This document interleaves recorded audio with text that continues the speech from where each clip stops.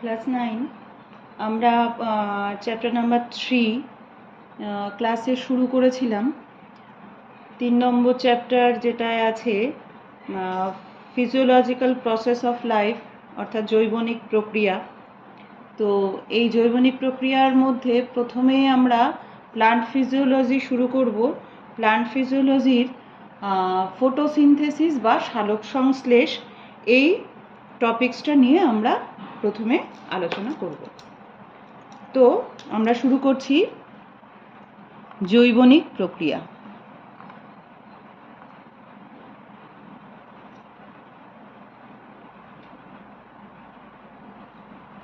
জৈবনিক প্রক্রিয়া বা physiological processes of life, এবং এর মধ্যে উদ্ভিদ শারীরবিদ্যা বা প্লান্ট ফিজিওলজি শুরু করছি, এবং তার মধ্যে যে টপিকসটা আমরা শুরু করব সেটা হলো সালোক সংশ্লেষ।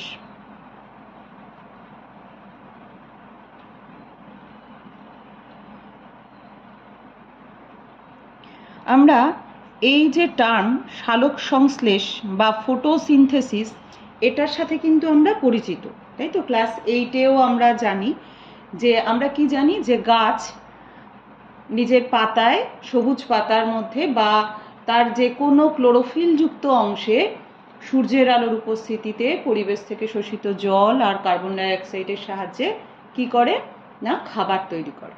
তো এই খাবার তৈরি করার যে পদ্ধতিটা, সেটাকেই বলা হয় সালোক সংশ্লেষ বা ফটোসিনথেসিস। ঠিক আছে, সালোক সংশ্লেষ বা ফটোসিনথেসিস।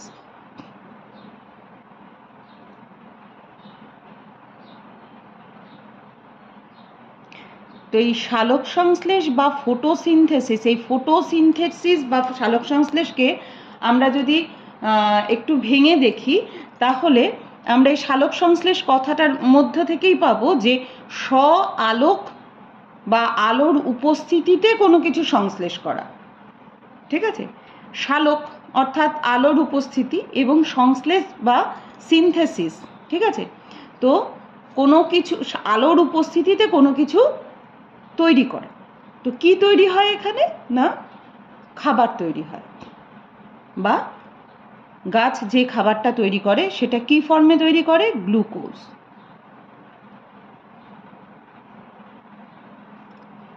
এই খাবারটা গাছ তার যে কোনো ক্লোরোফিল যুক্ত সবুজ অংশে এটা তৈরি করে। এটার কে আমরা কি বললাম? Glucose, C6H12O6। এই খাবারটা সে তৈরি করে। তাহলে আমরা এখানে কি জানলাম? যে আলোর উপস্থিতিতে কোনো কিছু সংশ্লেষ ঘটে কোথায় না উদ্ভিদের ক্লোরোফিল যুক্ত অংশে। সেটা গাছের পাতা হতে পারে, বা কোনো কচি কাণ্ড হতে পারে, বা কখনো কখনো ফুলের সবুজ বৃতি হতে পারে, বা কিছু কিছু উদ্ভিদ আছে যাদের সবুজ কাণ্ড থাকে, যেমন ফণিমনসা বলো, লাউ, কুমড়ো, পুঁই শাক, এদের কাণ্ডটাও সবুজ থাকে। তো এদের কাণ্ডে, অর্থাৎ যে কোনো ক্লোরোফিলযুক্ত সবুজ অংশেই কিন্তু গাছ খাবার তৈরি করতে পারে, এবং খাবারটা কি ফর্মে তৈরি করে? গ্লুকোজ, যেটাকে আমরা C6H12O6 এই হিসেবে এর পরবর্তী যত কিছু পড়ব তখন কিন্তু আমরা এই ফর্মে আমরা বলবো এই কথাটা। ঠিক আছে, আচ্ছা, এইবার আমরা সালোক সংশ্লেষ বা ফটোসিনথেসিসের সংজ্ঞা যদি বলা হয় যে আমরা কাকে বলে, সংজ্ঞা কি, ডেফিনেশন দাও, তাহলে আমরা কি বলবো? ডেফিনেশন আমরা বলবো যে শারীরবৃত্তীয় প্রক্রিয়ায় ক্লোরোফিল যুক্ত কোষে সূর্যালোকের উপস্থিতিতে এবং ক্লোরোফিলের সাহায্যে পরিবেশ থেকে শোষিত জল আর কার্বন ডাইঅক্সাইডের রাসায়নিক বিক্রিয়ায় কি তৈরি হয় না সরল শর্করা বা গ্লুকোজ। এটা একটা সরল শর্করা, ঠিক আছে? এবং এই যে খাবারটা, এই খাবারের মধ্যে গাছ কি করে? সূর্যের আলো থেকে ও যে শক্তিটা পেয়েছে, সেই শক্তিটা রাসায়নিক শক্তি হিসেবে এই খাবারের ভেতরে জমা করে রাখে। অর্থাৎ এই যে সরল শর্করা বা গ্লুকোজ, এই গ্লুকোজের মধ্যে সূর্যের আলোর যে শক্তি, সৌরশক্তি, সেটা রাসায়নিক শক্তিতে কনভার্ট করে কি করে না এই খাবারের ভেতরে জমিয়ে রাখে। তাহলে এই যে পদ্ধতি, এই পদ্ধতিটাকেই বলা হয় সালোক সংশ্লেষ। এবং এই পদ্ধতিটা হবার সময় আমরা যে কোনো জিনিস তৈরি করতে গেলে আমাদের কিছু কাঁচামাল লাগে, ঠিক আছে? সেই কাঁচামালগুলো দিয়ে তবে আমি সেই প্রোডাক্টটা পাই, তাই তো? যেই প্রোডাক্টটা আমরা পাই সেটাকে আমরা বলি উপজাত পদার্থ। তো এইখানে উপজাত বস্তু হিসেবে এই গ্লুকোজ ছাড়াও আমরা কি কি পাই? জলও পাই এবং অক্সিজেন পাই, ঠিক আছে? তাহলে আমরা সংজ্ঞায় কি বললাম? সংজ্ঞায় কি বলছি না সালোক সংশ্লেষ হচ্ছে একটা শারীরবৃত্তীয় প্রক্রিয়া যেখানে ক্লোরোফিলযুক্ত কোষে সূর্যালোকের উপস্থিতিতে এবং ক্লোরোফিলের সাহায্যে পরিবেশ থেকে শোষিত জল ও কার্বন ডাই অক্সাইডের রাসায়নিক বিক্রিয়ায় সরল শর্করা বা গ্লুকোজ তৈরি হয় এবং উৎপন্ন খাদ্যে সৌরশক্তিটা রাসায়নিক শক্তিরূপে আবদ্ধীকরণ ঘটে এবং উপজাত বস্তু হিসেবে জল ও অক্সিজেন উৎপন্ন হয়। সেই পদ্ধতিটাকেই আমরা বলবো সালোক সংশ্লেষ। তাহলে সংজ্ঞা আমরা বুঝতে পারলাম। এইবার সালোক সংশ্লেষ কোথায় ঘটে সেটা আমরা একটু আগেই বলেছি। আমরা গাছের ক্ষেত্রে বলেছি, কিন্তু উদ্ভিদ ছাড়াও কিন্তু কিছু কিছু প্রাণীর শরীরেও কিন্তু কি হয় না সালোক সংশ্লেষ পদ্ধতি দেখতে পাওয়া যায়। উদ্ভিদের দেহাংশের কথা তো আমরা বলেইছি, যার মধ্যে সবুজ পাতা, ফুলের বৃতি বা কোনো কোনো ফুল আছে যার পাপড়িটাও সবুজ হয়, যেমন শালুক ফুল। কিছু কিছু সবুজ কাণ্ড, ফণিমনসা, লাউ, পুঁই, কুমড়ো, এদের কিছু কিছু উদ্ভিদ আছে যাদের মূলটাও সবুজ হয়, শেকড় যেটাকে আমরা বলি সেটাও সবুজ হয়, যেমন গুলঞ্চ। হ্যাঁ, আর কিছু কিছু সবুজ শৈবাল যাদের শরীরে ক্লোরোফিল থাকে, যেমন স্পাইরোগাইরা, কারা এদের, এবং মস, ফার্ন এদের শরীরেও কিন্তু সালোক সংশ্লেষ দেখতে পাওয়া যায়। এছাড়া এটা তো গেল উদ্ভিদদের কথা, কিছু কিছু প্রাণী আছে যেমন ইউগ্লিনা। মনে রাখবে এগুলো কিন্তু যেগুলো ব্যতিক্রম সেইগুলো থেকে কিন্তু প্রশ্ন আসে। ইউগ্লিনা, ক্রাইসামিবা,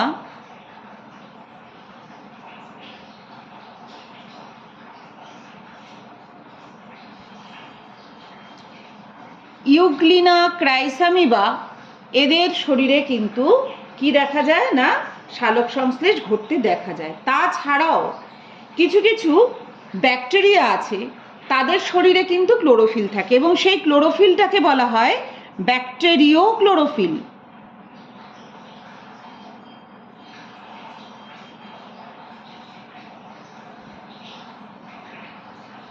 কি বললাম? কিছু কিছু ব্যাকটেরিয়া আছে তাদের শরীরে ক্লোরোফিল থাকে, সেই যে ক্লোরোফিলটা সেটাকে বলা হয় ব্যাকটেরিয় ক্লোরোফিল। এই ব্যাকটেরিয় ক্লোরোফিল যুক্ত কিছু ব্যাকটেরিয়ার নাম আমরা লিখব, যেমন রোডোসিউডোমোনাস। এগুলো কিন্তু ভেরি ভেরি ইম্পর্টেন্ট, এগুলো আসে কোশ্চেন। যে কোনো ব্যতিক্রম যেগুলো সেইগুলো কিন্তু মনে রাখতে হবে। রোডোসিউডোমোনাস,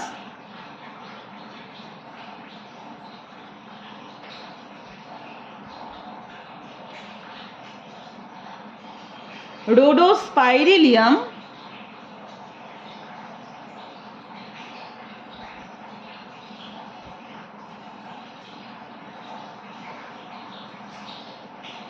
এই যে দুটো আমি ব্যাকটেরিয়ার কথা লিখলাম, এদের শরীরে কিন্তু ক্লোরোফিল থাকে এবং এরা সালোক সংশ্লেষ করতে সক্ষম। ঠিক আছে, যেই ক্লোরোফিলটা থাকে সেই ক্লোরোফিলটাকে কি বলে বললাম? ব্যাকটেরিয় ক্লোরোফিল। এবং প্রশ্ন আসবে যে এমন একটি ব্যাকটেরিয়ার নাম করো যার শরীরে সালোক সংশ্লেষ ঘটে। তাহলে আমরা রোডোসিউডোমোনাস বা রোডোস্পাইরিলিয়াম যে কোনো একটা লিখলেই হবে এবং তাদের শরীরে যে ক্লোরোফিলটা থাকে সেটাকে বলা হয় ব্যাকটেরিয় ক্লোরোফিল। এছাড়াও আসতে পারে কিছু কিছু এককোষী, কোনো একটা এককোষী প্রাণীর নাম করো যার শরীরে সালোক সংশ্লেষ ঘটে, তাহলে আমরা কি বলবো? ইউগ্লিনা বা ক্রাইসামিবা। ঠিক আছে? আচ্ছা, এইবার গাছের ক্ষেত্রে তো এটা খুব কমন, গাছের পাতাতেই খাবার তৈরি হয়। পাতাই মেনলি সবুজ অংশ হিসেবে আমরা ধরি।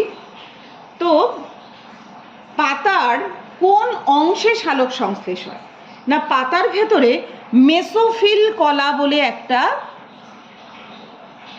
টিস্যু আছে, মেসোফিল কলা। এই মেসোফিল কলার মধ্যে সালোক সংশ্লেষ সম্পন্ন হয়, ঠিক আছে। এবং যদি তোমাদের বলা হয় যে উদ্ভিদ কোষে একটা সালোক সংশ্লেষকারী কোষ অঙ্গাণুর নাম করো, তাহলে আমরা কি বলবো? প্লাস্টিড।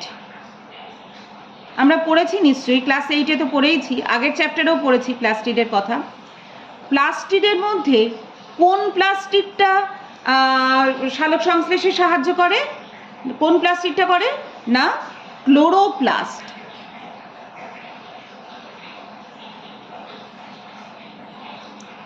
ক্লোরোপ্লাস্ট, এই ক্লোরোপ্লাস্ট বলে যেই প্লাস্টিডটা, অর্থাৎ সবুজ বর্ণের যে প্লাস্টিড যার মধ্যে ক্লোরোফিল অণু থাকে, সেই প্লাস্টিডটাই হচ্ছে সালোক সংশ্লেষে সাহায্য করে।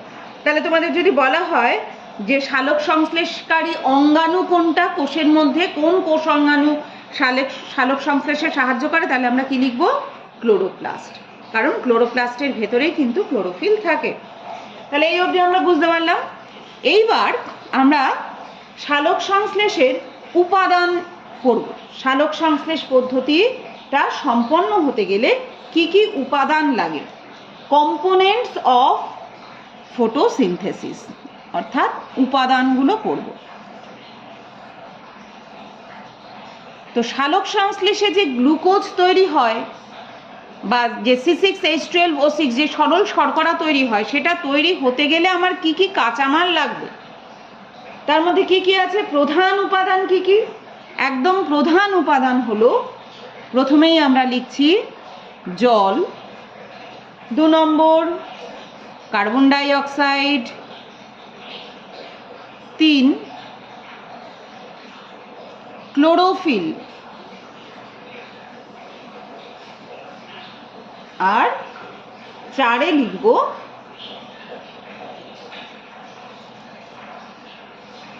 আচ্ছা 3-এ হচ্ছে ক্লোরোফিল এবং 4 হলো সূর্যালোক।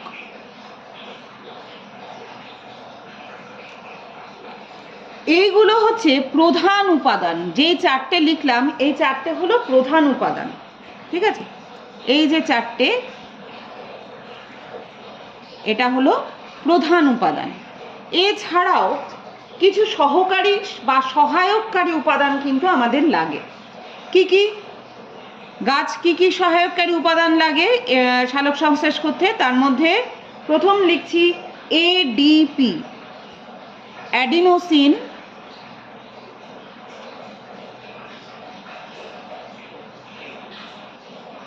ডাইফসফেট। তারপরে কি আছে? NADP,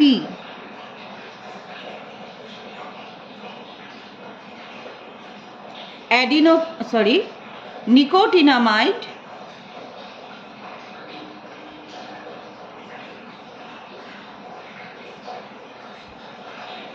অ্যাডেনাইন,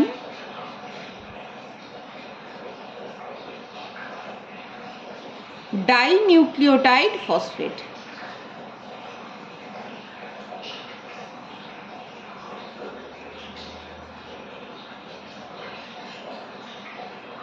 এইগুলোর পুরো নাম কিন্তু আসবে, আমি আবার বলছি, পরীক্ষায় কিন্তু কোশ্চেন যখন সেট করা হয়, তো যেই যেই জায়গাগুলো থেকে কোশ্চেন আসে আমি ক্লাসে পড়ানোর সময় মেনশন করি, এখানেও বলছি। যেমন এই যে যেই যেগুলো দেওয়া আছে এডিপি, NADP, এগুলোর পুরো নাম আসে। এডিপি মানে অ্যাডিনোসিন ডাইফসফেট, NADP হলো নিকোটিনামাইড অ্যাডেনাইন ডাইনিউক্লিওটাইড ফসফেট। আর কি আছে? RUBP,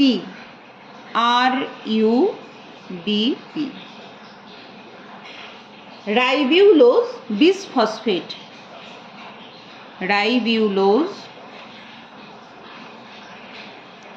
bisphosphate. ঠিক আছে, তাহলে আমরা তিনটে জিনিসের পুরো নাম পড়লাম। ADP adenosine diphosphate, NADP nicotinamide adenine dinucleotide phosphate এবং আরইউবিপি হচ্ছে রাইবিউলোজ বিসফসফেট। এই যে কটার নাম পড়লাম এরা হচ্ছে সহায়ককারী উপাদান, অর্থাৎ সালোক সংশ্লেষ প্রক্রিয়াটা সম্পন্ন হতে এই উপাদানগুলো প্রয়োজন হয়।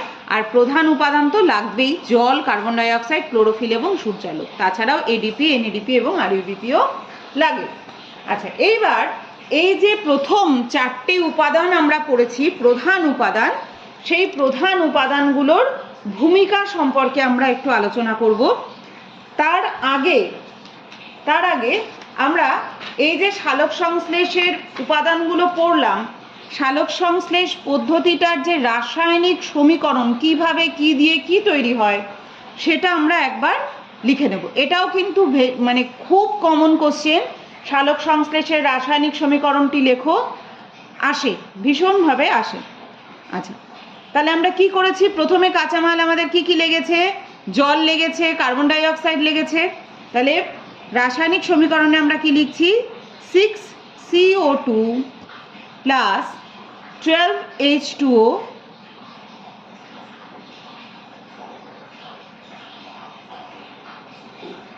সূর্যালোক আর ক্লোরোফিল, এই গেল আমাদের কাঁচামাল।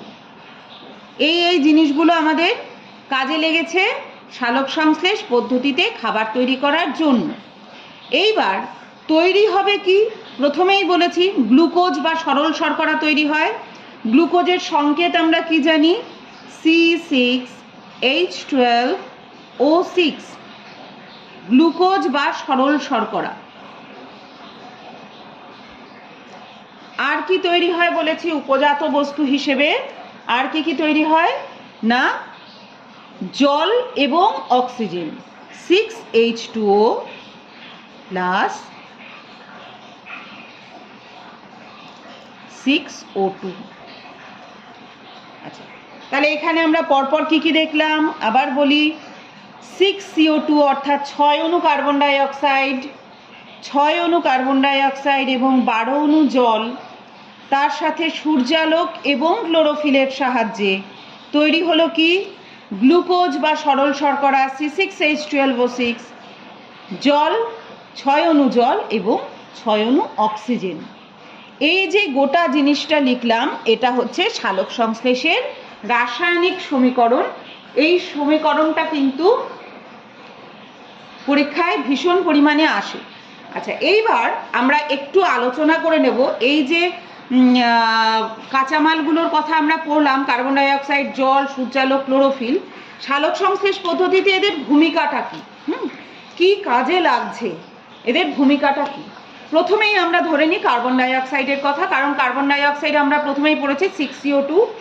কার্বন ডাই অক্সাইড এটা গাছ পায় কোথা থেকে, যে কোনো স্থলজ উদ্ভিদ যেগুলো, তারা কোত্থেকে পায় না, বাতাসের যে কার্বন ডাই অক্সাইড সেটাকে শোষণ করে পত্ররন্ধ্রের মাধ্যমে ব্যাপন প্রক্রিয়ায়, সেই কার্বন ডাই অক্সাইডকে শোষণ করে। আর জলজ উদ্ভিদ যারা, তারা তাদের সারা শরীর দিয়ে জলে দ্রবীভূত যে কার্বন ডাই অক্সাইড সেটাকে শোষণ করে। ঠিক আছে, এই গেল কার্বন ডাই অক্সাইডের উৎস। আর কার্বন ডাই অক্সাইডটা কাজে লাগে কিসে না, কার্বন ডাই অক্সাইড ছাড়া কিন্তু সালোক সংশ্লেষ হবেই না।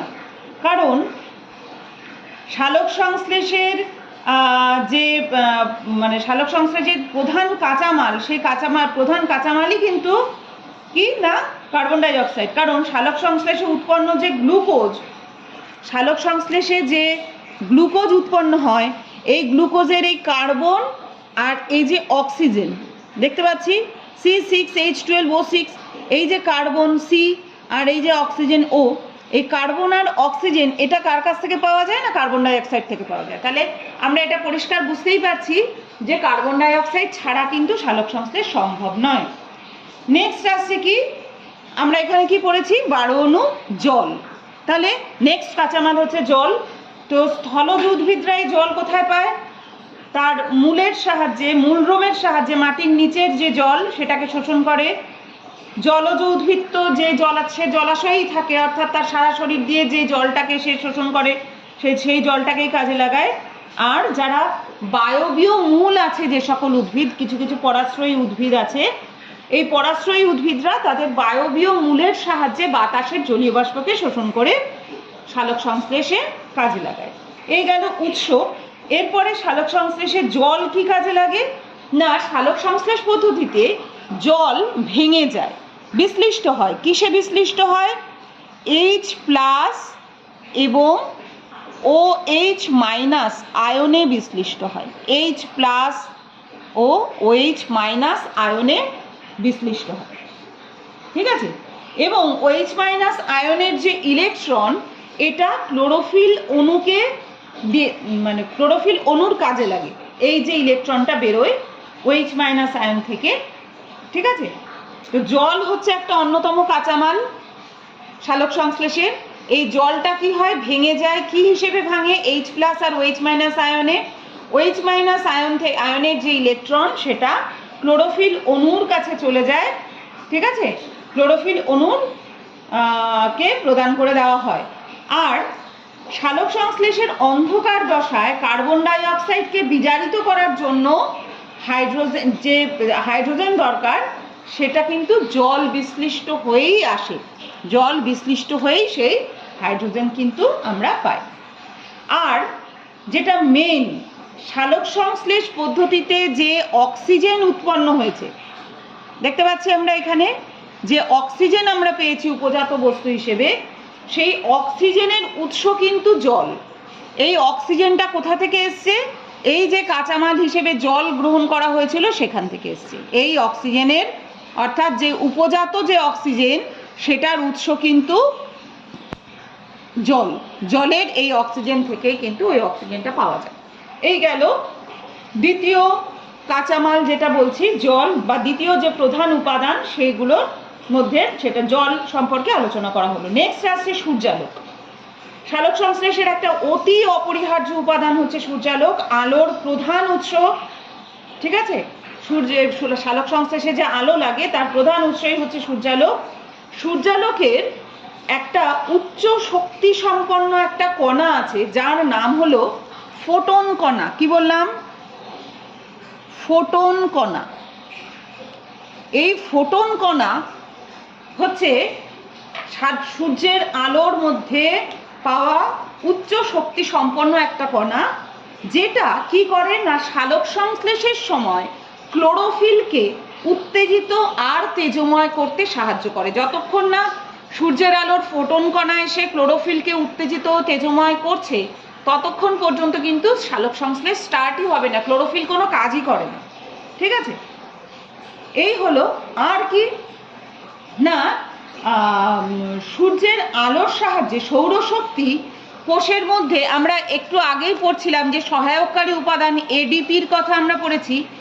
এই এডিপির সাথে কি করে, একটা ফসফেট, একটা এক্সট্রা ফসফেট যুক্ত করার ফলে এখানে যেমন দুটো ফসফেট ছিল বলে এটা ছিল অ্যাডিনোসিন ডাইফসফেট, এখানে আরও একটা ফসফেট যুক্ত হয় সৌরশক্তির উপস্থিতিতে, এবং কি তৈরি হয়?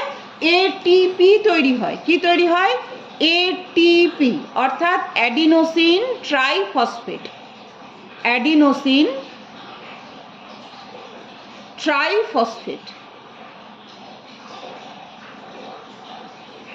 আচ্ছা, অ্যাডিনোসিন ডাইফসফেট আর ট্রাইফসফেটের মধ্যে পার্থক্যটা কি আছে না, এখানে দুটো ফসফেট ছিল ডাই, আর এখানে তিনটে, আরও একটা এডিপির সাথে আরও আরেকটা পিআই যুক্ত হয়ে তৈরি হলো ট্রাইফসফেট, আরও আরেকটা ফসফেট যুক্ত হয়ে তৈরি হয় ট্রাইফসফেট। তো সূর্যের আলোর উপস্থিতিতে এই যে ঘটনাটা, অর্থাৎ এডিপির সাথে,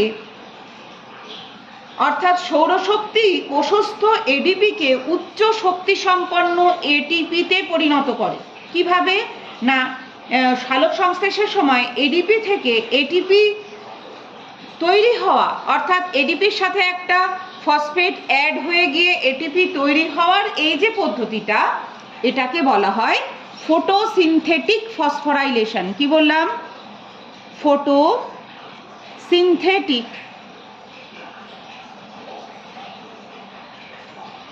ফসফোরাইলেশন।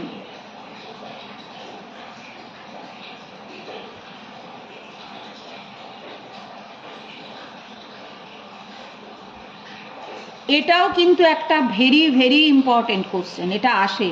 তাহলে যদি জিজ্ঞেস করা হয় ফটোসিনথেটিক ফসফোরাইলেশন কি, আমরা কি বলবো না সালোক সংশ্লেষের সময় সৌরশক্তি কোষস্থ এডিপিকে উচ্চ শক্তি সম্পন্ন এটিপিতে পরিণত করে, এবং এই যে এডিপি থেকে এটিপি উৎপন্ন হওয়ার পদ্ধতিটা, এটাকেই বলা হয় কি না সালোক ফটোসিনথেটিক ফসফোরাইলেশন। আর আছে কি ক্লোরোফিল, অর্থাৎ 4টে উপাদান আমরা পড়েছি, কার্বন ডাইঅক্সাইড, জল, সূর্যালোক, ক্লোরোফিল। সূর্যালোক অবধি বললাম, এরপরে আছে ক্লোরোফিল। সাধারণত ক্লোরোফিল এটা মুখ্য ভূমিকা পালন করে সালোক সংশ্লেষে।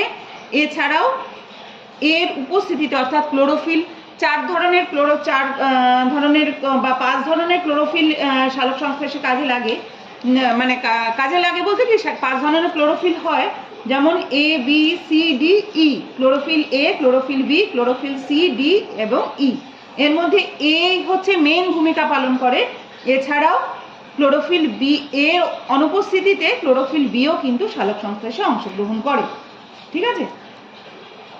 আর এই সৌরশক্তিকে শোষণ করা, সৌরশক্তির এই ফোটন কণাকে শোষণ করতে পারে একমাত্র ক্লোরোফিল। সুতরাং ক্লোরোফিলটা কিন্তু এটা একটা প্রধান কাঁচামাল সালোক সংশ্লেষে। তো আজকে আমরা এই অবধি পড়লাম, নেক্সট ডেতে এর পরবর্তী অংশ আমরা পড়ব।